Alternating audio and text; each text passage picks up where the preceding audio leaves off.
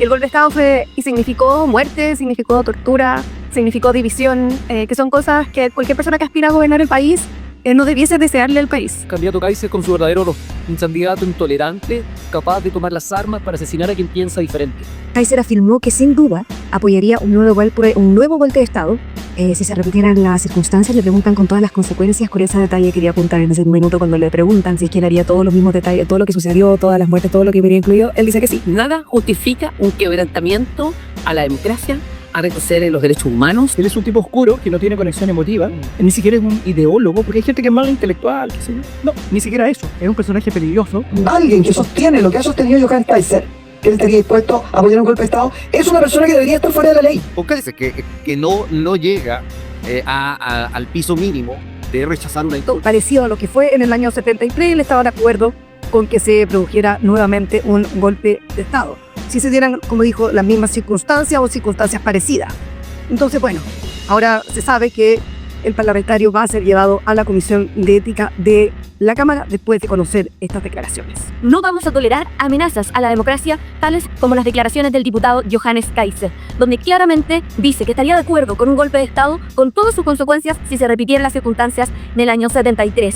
Es por eso que solicitaba enviar a ética al diputado Kaiser, porque sus declaraciones no son azarosas, son una amenaza futura a nuestra democracia. Justifiquen posibles quiebres al sistema democrático. Podemos tener nuestras diferencias, pero por sobre todo, nunca podemos considerar al otro como un enemigo al que hay que destruir. Justifique quiebres democráticos, justifique el golpe de Estado, justifique las personas que fueron asesinadas, justifique las personas que fueron echadas a desaparecer, justifique los crímenes más atroces que conoce nuestra historia como país, o de los más atroces que conoce la historia de la humanidad. Eres diputado, Kaiser, eres diputado. Me encantaría saber qué dice el Congreso respecto a lo que mencionó ayer con Muchate, que es la entrevista que permanentemente usted va a ver en nuestro canal. Ingresaremos un requerimiento de destitución contra el diputado Johannes Kaiser por los recientes dichos contra el Estado de Derecho y particularmente la posibilidad de llevar adelante un golpe de Estado. Bueno, por lo menos diputados del oficialismo ya han mandado una solicitud a la Comisión de Ética de la Cámara de Diputados para que revise sobre estos dichos. El diputado Jorge Brito del Frente Amplio también mandó un oficio al CERVEL para que se revisara la posible disolución del Partido Nacional Libertario, algo que de alguna forma es similar a lo que había dicho Johannes Kaiser sobre el Partido Comunista, de que él podía disolver el Partido Comunista, una ley maldita 2.0 de alguna forma. Ahora el Congreso se va a llevar todo esto a la Comisión de Ética, en el CERVEL se va a eventualmente analizar la disolución de su partido. Bueno, la verdad que Chile Vamos creemos profundamente en la democracia, en el respeto a las instituciones y en la libertad de expresión. No compartimos en absoluto los dichos del diputado Kaiser, ni menos su visión de país, pero tampoco creemos en proscribir ideas ni partidos. Es un insulto para todas las familias del país. Mientras miles de familias siguen buscando lo suyo y el pueblo de Chile anhela paz y seguridad, salgamos a las calles y destruyamos todo y quememos todo. ¡Eso!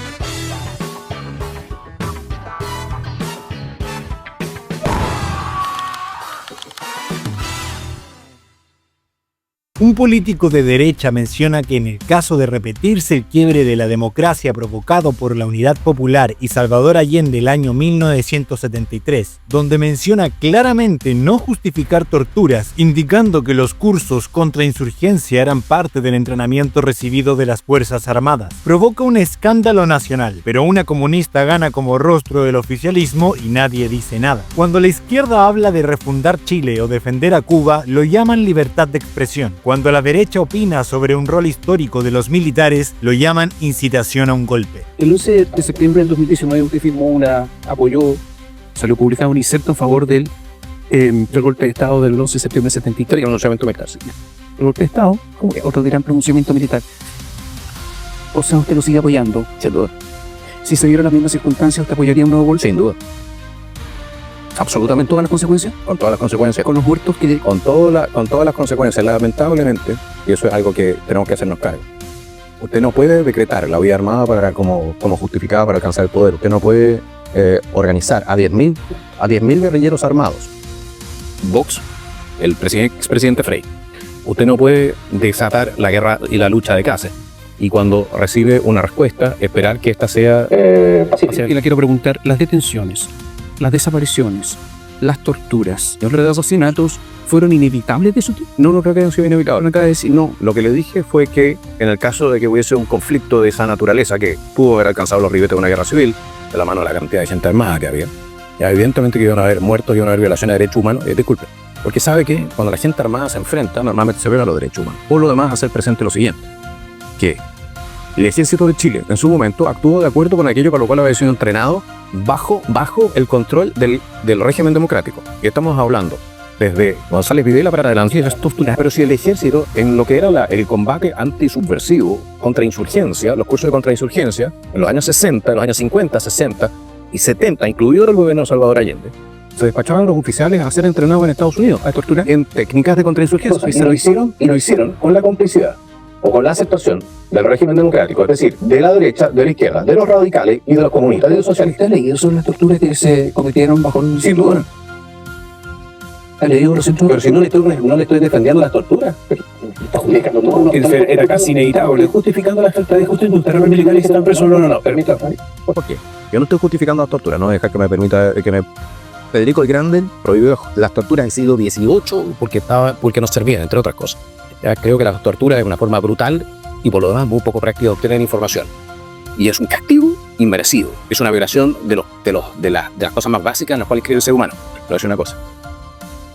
En este país, la clase política no se puede hacer la loca respecto de la forma y el tipo de entrenamiento que recibieron nuestros uniformados antes del 73. Apenas Kaiser abrió la boca, los medios se llenaron con paneles de expertos. Hablaron de amenazas a la democracia, inventando de ser capaz de tomar las armas para asesinar a quien piensa diferente, como alguien peligroso. Peligroso para los que validan la violencia como el Partido Comunista, el Frente Amplio, el MIR, el Frente Patriótico Manuel Rodríguez, diputados y senadores de partidos de izquierda. ¿Realmente nos preocupa la democracia o solo cuando opina alguien de derecha?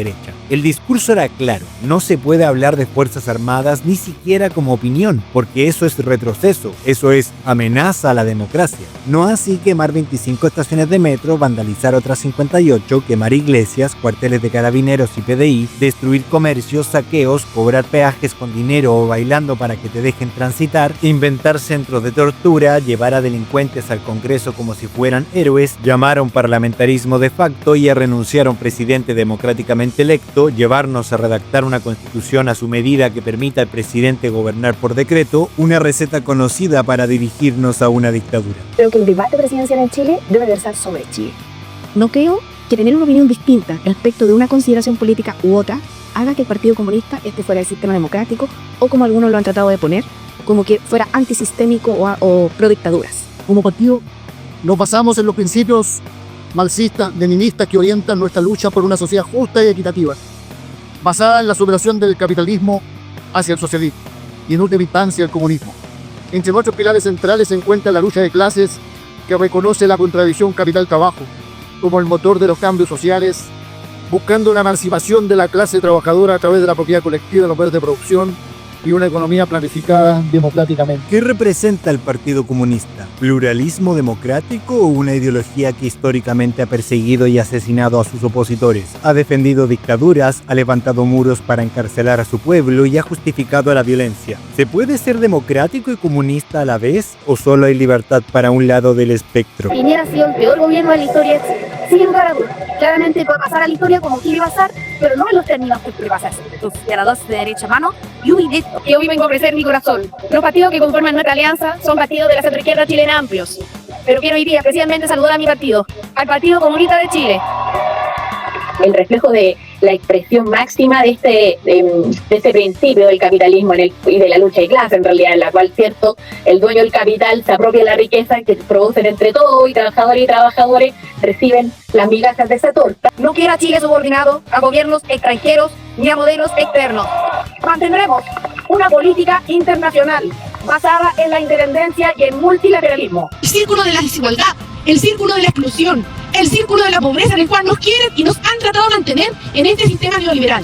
Porque nadie merece que el día que va a dar la prueba de transición universitaria lo revisen los pagos para ver si tiene o no una pistola, como se hizo aquí en los colegios. Defensora de los derechos humanos en cualquier lugar del mundo donde se violen. No, yo creo que Cuba tiene un sistema democrático distinto del nuestro. Como dije, tiene un sistema político distinto. Muy claramente, en línea con lo que ha sido nuestra tradición como Estado, promoviendo relaciones de intercambio comercial con otras naciones que nos beneficien como país.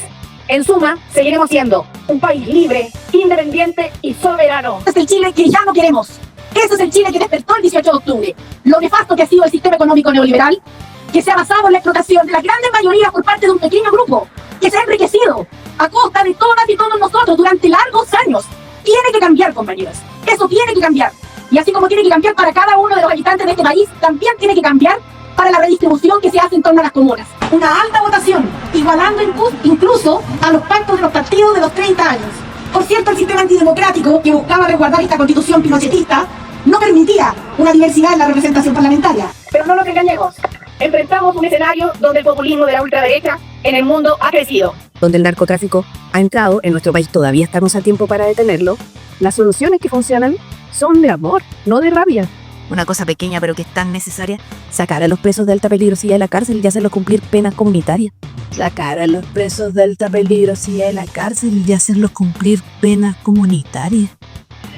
Eso que creen que hablando más fuerte, gritando o insultando al resto, se solucionan los problemas que ellos mismos han creado. Y nuestro país no es la excepción.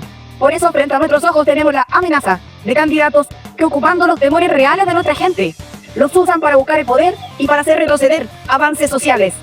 Así se oponen y quieren retrotraer los derechos de las mujeres, los derechos de las disidencias, los derechos de los pueblos originarios, los derechos de los trabajadores y de los pensionados.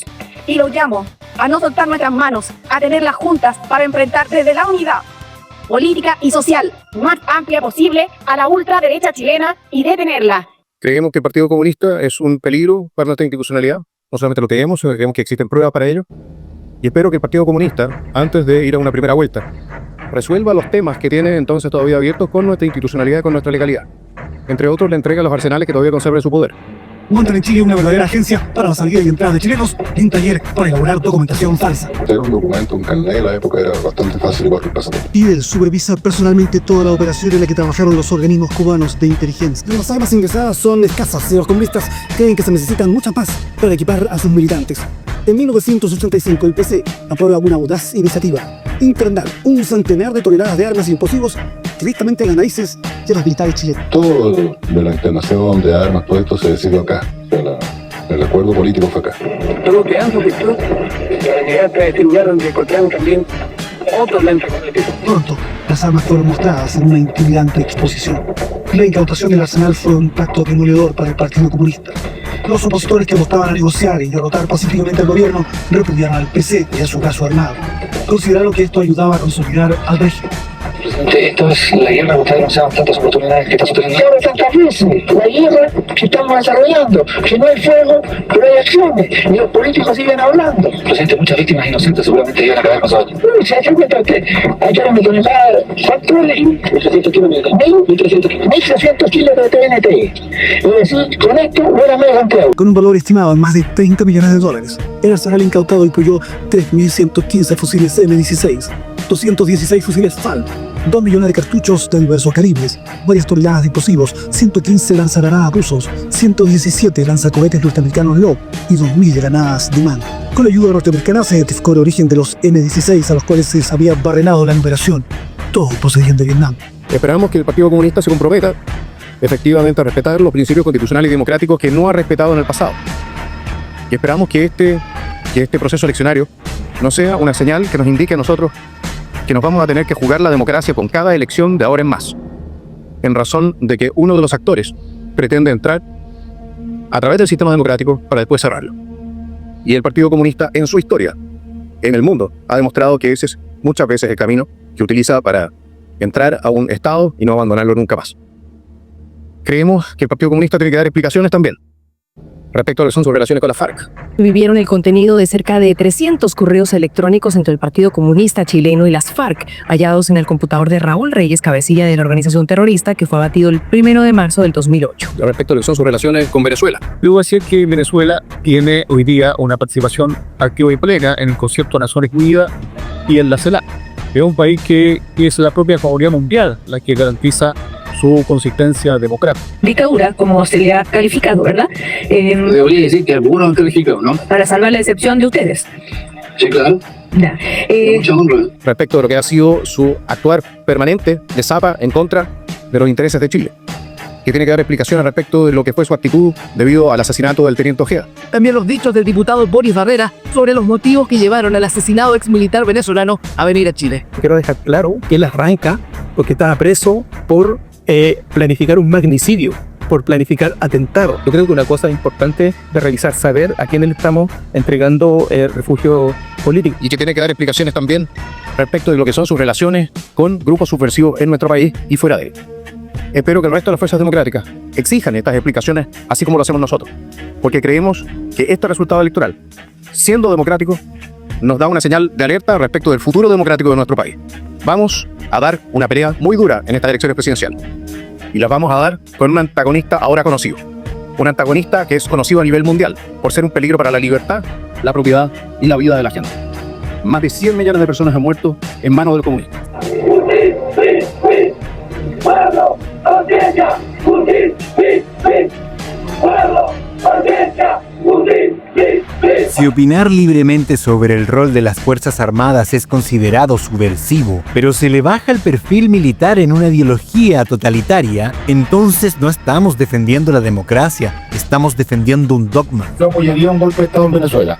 Un presidente que no respeta las elecciones democráticas y se instala en el poder engañando y haciendo fraude, no hay otra forma de sacarlo sino por la fuerza. ¡Uy, pero qué sorpresa! ¡Oh, eras de derecha extrema! No, me desmayo. No, pero tiene una cosa. O sea, eso es ser de derecha, tratar de hacer cumplir la ley y la Constitución. Es ser de derecha. Es el último garante de la Constitución, son las Fuerzas Armadas. Y si un presidente no cumple la Constitución, obviamente que el último recurso que tiene, ¿qué se puede hacer en Venezuela hoy día? Hoy día ni siquiera eso, porque hay 3.000 generales, está comprado todas las Fuerzas Armadas. Si mañana Janet Jara sale elegida presidenta y empieza a usar la Constitución como papel colfor, yo no voy a apoyar un golpe de Estado, por supuesto. Si se repitiese la circunstancia, independiente, ya, pero es que a ver, tú partes de un supuesto que está equivocado, porque él dice si se repitieran las circunstancias, independientes de, oye, pero acordémonos las circunstancias que había con los señores Allende. A ver, milicias paralelas, milicias armadas, o que el MIR. Mira, lo primero que voy a decir acá, incluso Kaiser fue electo por mayoría. Tú me estás queriendo también llamar por democracia, me estamos hablando de Salvador Allende. ¿Estás precisando que Salvador Allende no fue elegido por democracia? Tenía legitimidad honesta, no elimina ni entonces sí. ¿Queremos proteger la democracia o no? Fue declarado al margen de la Constitución, pero queremos proteger la democracia, ¿no? Porque la gente fue por Salvador Allende. Entonces, pero si era tu coalición la que aplaudía a los que quemaban Chile, así que si vamos a hablar de proteger la democracia, como que hay que tener un poquito más de cuidado. Cuando la izquierda radical gana el poder, se habla de diversidad, justicia y democracia. Cuando un diputado de derecha opina, se habla de fascismo, dictadura y peligro. Chile no necesita más censura ni más histeria. Necesita debate honesto, aunque incomode. Y si eso molesta a los que hoy mandan, mejor. Si lo peligroso es defender la verdad objetiva, pero no militar en ideologías totalitarias, entonces el problema no es Kaiser, es la democracia que estamos dejando que otros definan. La llamada vía chilena de construcción del socialismo, que empujó y enarboló como bandera a la unidad popular y exhibió mucho en el extranjero, estaba rotundamente fracasada. Y eso lo sabían los militantes de la Unidad Popular y lo sabía Allende. Y por eso ellos se aprestaban, a través de la organización de milicias armadas, muy fuertemente equipadas, que constituían un verdadero ejército paralelo, para dar un autogolpe y asumir por la violencia la totalidad del poder. En estas circunstancias, pensamos que la acción de las Fuerzas Armadas simplemente se anticipó a ese riesgo para salvar al país de caer en una guerra civil o en una tiranía comunista. Esta es la Constitución Política de la República, cada uno de ustedes tiene una sobre su pupitre, que dice lo siguiente: cesará, sin perjuicio de lo dispuesto del inciso séptimo del número 15 del artículo 19, cesará asimismo su función el diputado o senador que de palabra o por escrito incite a la alteración del orden público o propicie el cambio del orden jurídico institucional por medios distintos de los que establece esta Constitución o que comprometa gravemente la seguridad o el honor de la nación. Tener presente que el orden jurídico del país está resumido aquí, en esta Constitución. esta es la Constitución que nos ordena a nosotros como nación. Y fue esta Constitución la que intentaron eliminar a través de la fuerza a partir del 1810.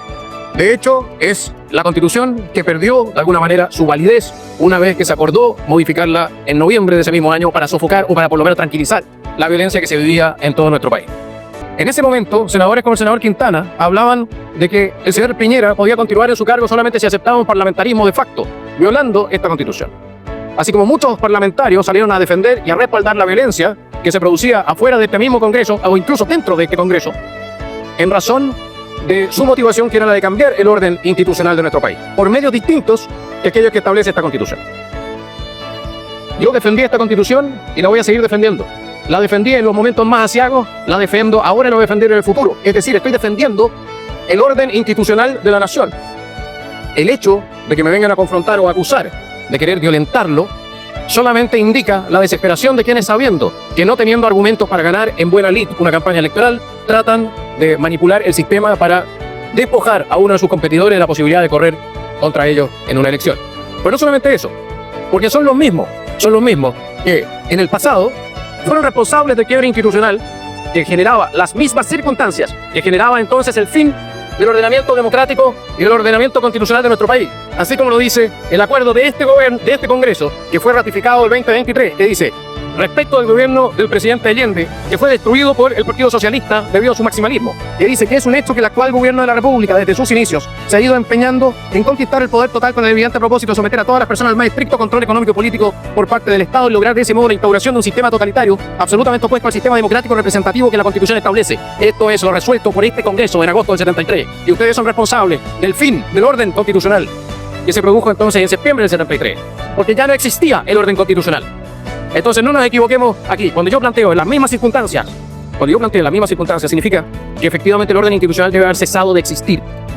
Y eso no es golpismo, eso es defensa de los valores de la democracia. Hay que defenderla de los enemigos de la Constitución, hay que defenderla de los enemigos de la democracia, hay que defenderla de los enemigos de los derechos fundamentales de los ciudadanos que estuvieron hace 5 años dispuestos a derrocar a un político, a un presidente democráticamente electo por la fuerza.